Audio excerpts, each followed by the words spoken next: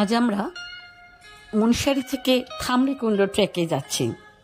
মুনস্যারি থেকে থামরিকুণ্ড যে starting point Hanuman মন্দির, সেটা মোটামুটি 10 কিলোমিটার। সেখান থেকে হেঁটে থামরিকুণ্ড অবধি পৌঁছানো যায়। এটা একটা সাধারণ ট্রেকিং রুট, খুব কোনো মডারেট ট্রেকিংও বলা যায় না। থামরিকুণ্ডের উপরে একটা ছোট্ট কুণ্ড রয়েছে, সেই কুণ্ডের জলে পাহাড়ে ছায়া পড়ে। জায়গাটা খুব সুন্দর। আমরা ভোরবেলা রওনা দিলাম।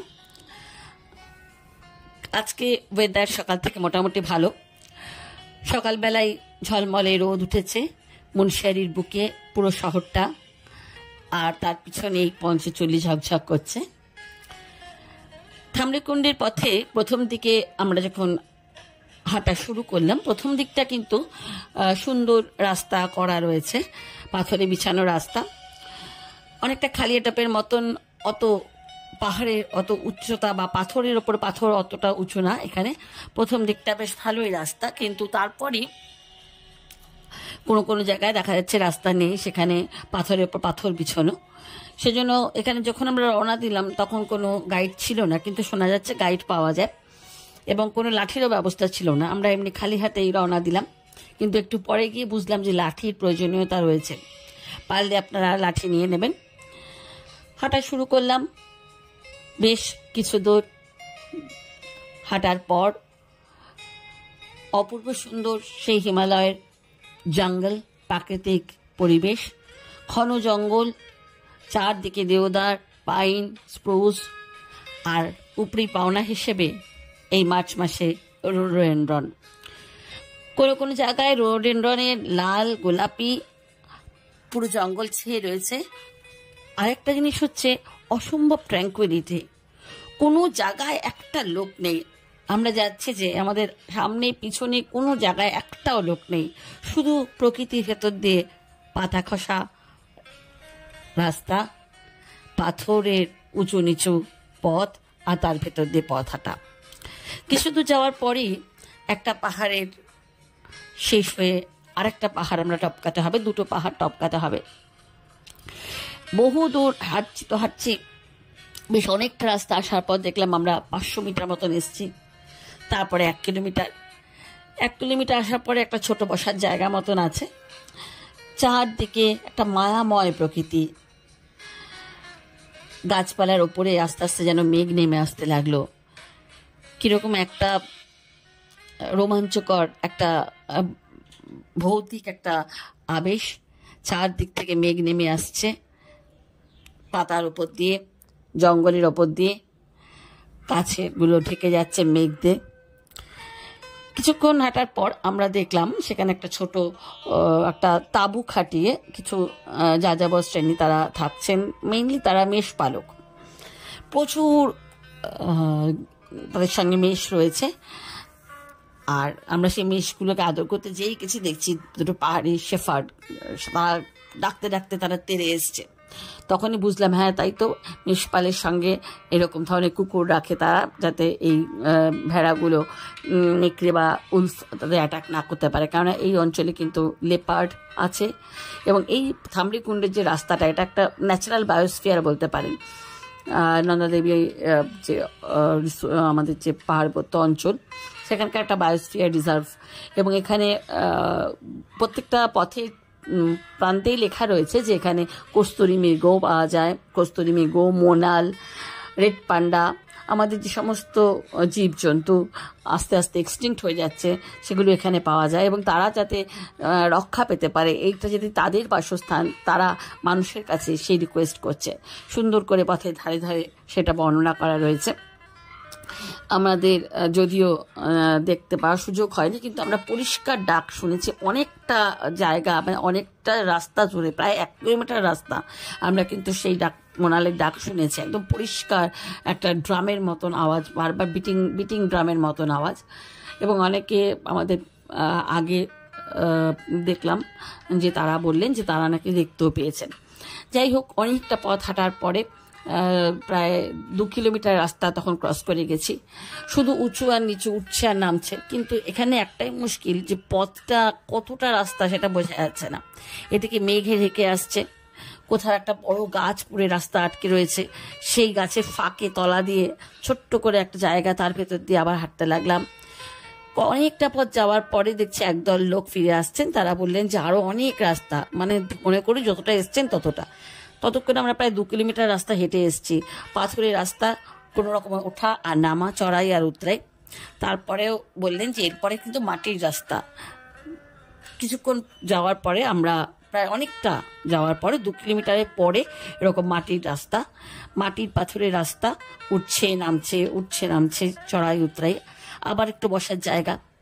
তারপরে একটা জঙ্গল, জঙ্গলটা পুরো রোডোডেনড্রনে ঢাকা, চারদিকে শুধু লাল ফুলের জঙ্গল, কিছু বরফ পড়ে রয়েছে দুপাশে,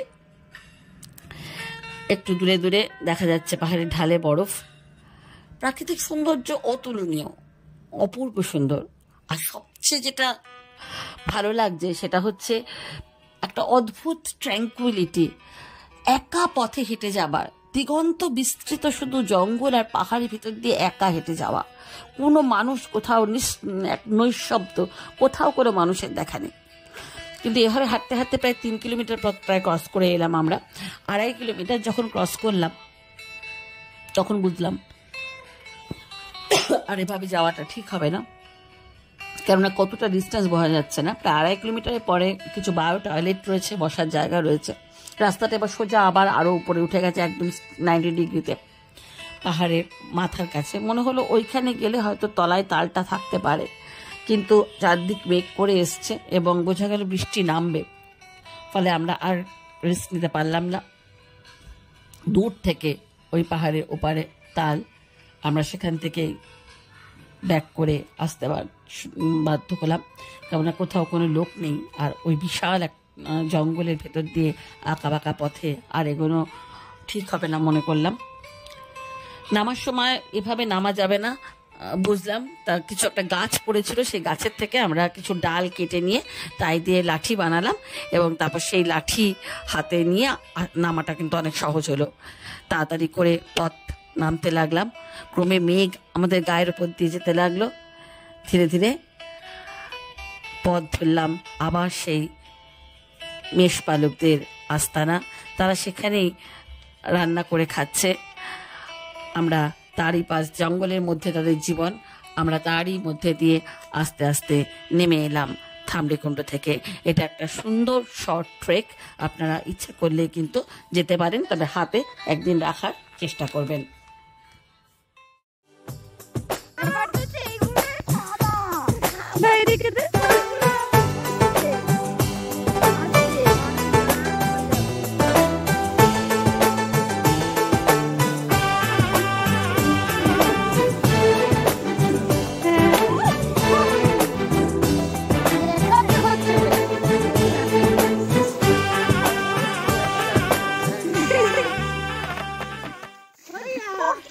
এবার আমরা চলেছি নন্দা দেবী মন্দিরের দিকে।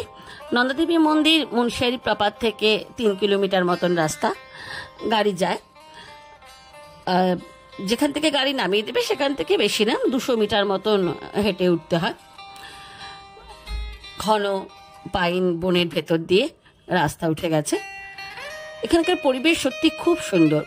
নন্দা দেবী হিমালয়ের কন্যা এবং তাকে নন্দা দেবী বা কেউ পার্বতী নামে আমরা পরিচিত ডাকেন, এবং এখানকার খুব জাগ্রত দেবী। সবাই যারা পাহাড়ি অঞ্চলের মানুষ, নন্দা দেবীকে তারা সবসময় তাদের খুব জাগ্রত দেবী হিসেবে তারা মানেন। এবং আমরা যখন খালিয়াটা পেয়ে গেছিলাম তখন সেখানেও আমরা গল্প শুনেছিলাম আমাদের গাইডের কাছ থেকে, যে কীভাবে রাতের অন্ধকারে তারা বারবার পথ হারিয়েছে এবং সেই ঠাকুরের নামে তারা পথ খুঁজে পেয়েছে। অতএব এখানে খুব ঠাকুর খুব জাগ্রত এবং বিশ্বাসী। এখানে লোকাল মানুষ নন্দা দেবীকে খুব বিশ্বাস করেন। তার একটা খুব সুন্দর মন্দির, সামনেই জায়গাটা এত সুন্দর, একটা বিশাল বড় সবুজ বুগিয়ালের মতন, তার মাঝখান দিয়ে রাস্তা চলে গেছে, ঠিক তার মাঝখানে ঠাকুরের মন্দির। অপূর্ব সুন্দর মুখশ্রী, মিষ্টি হাসি, পাথরের মূর্তি, সামনে দ্বীপ জ্বলছে, প্রসাদ রয়েছে, টিকা রয়েছে। নিজের মতোই তুমি পুজো দিয়ে টিকা লাগাতে পারো। তখনও পুরোহিত ঠাকুর আসেননি। আর ঠিক মন্দিরে বসে সামনে চাইলেই একেবারে 180 ডিগ্রি অ্যাঙ্গেলে চারদিকে শুধু পাহাড়, বরফে ঢাকা শৃঙ্গ, সামনেই পঞ্চচল্লি ঝকঝক করছে নীল আকাশের বুকে। চারপাশে নানান ধরনের পাইন, ফার গাছের জঙ্গল, আর সবুজ ঢেউ খেলানো বুগিয়াল। মনে হয় অনন্তকাল শুধু বসে থাকে এখানে, সামনের পাহাড়ের দিকে চেয়ে। সামনের আকাশ, পাহাড় আর গাছ যেখানে মিলেমিশে একাকার হয়ে গেছে। খুব সুন্দর একটা সময়, কতগুলো মুহূর্তকে সঙ্গে নিয়ে ফিরে আসা। সারা জীবনই চোখ বুঝলে ওই ক্ষণগুলো যেন চোখের সামনে ফুটে ওঠে। সত্যি আমাদের ক্লান্ত জীবনে, রোজকার ক্লান্ত জীবনে একটু সময় পেলে ঘুরে আসুন আপনারাও। মন অনেকটা ভারাক্রান্ত মুক্ত হয়ে যায় যখন এই বিশাল পাহাড়, বিশাল জঙ্গল, অরণ্য, প্রকৃতির এই বিশালতার সামনে আমরা দাঁড়াই। খুব ভালো লাগলো কিছুটা সময়। মেঘ নেমে এলো আবার। আমরা এবার ফিরে চলব আমাদের আজকের ডেস্টিনেশন চৌকৌড়ির দিকে। এখান থেকে আমরা নেমে গিয়ে আজকে থাকবো চকৌড়ি এবং কালকে আমরা বিনসার আলমোড়া হয়ে ফিরে যাব। পরবর্তী গল্পে আসবো আমরা সেই চকৌড়ি ও বিনসারের জঙ্গলের গল্প নিয়ে।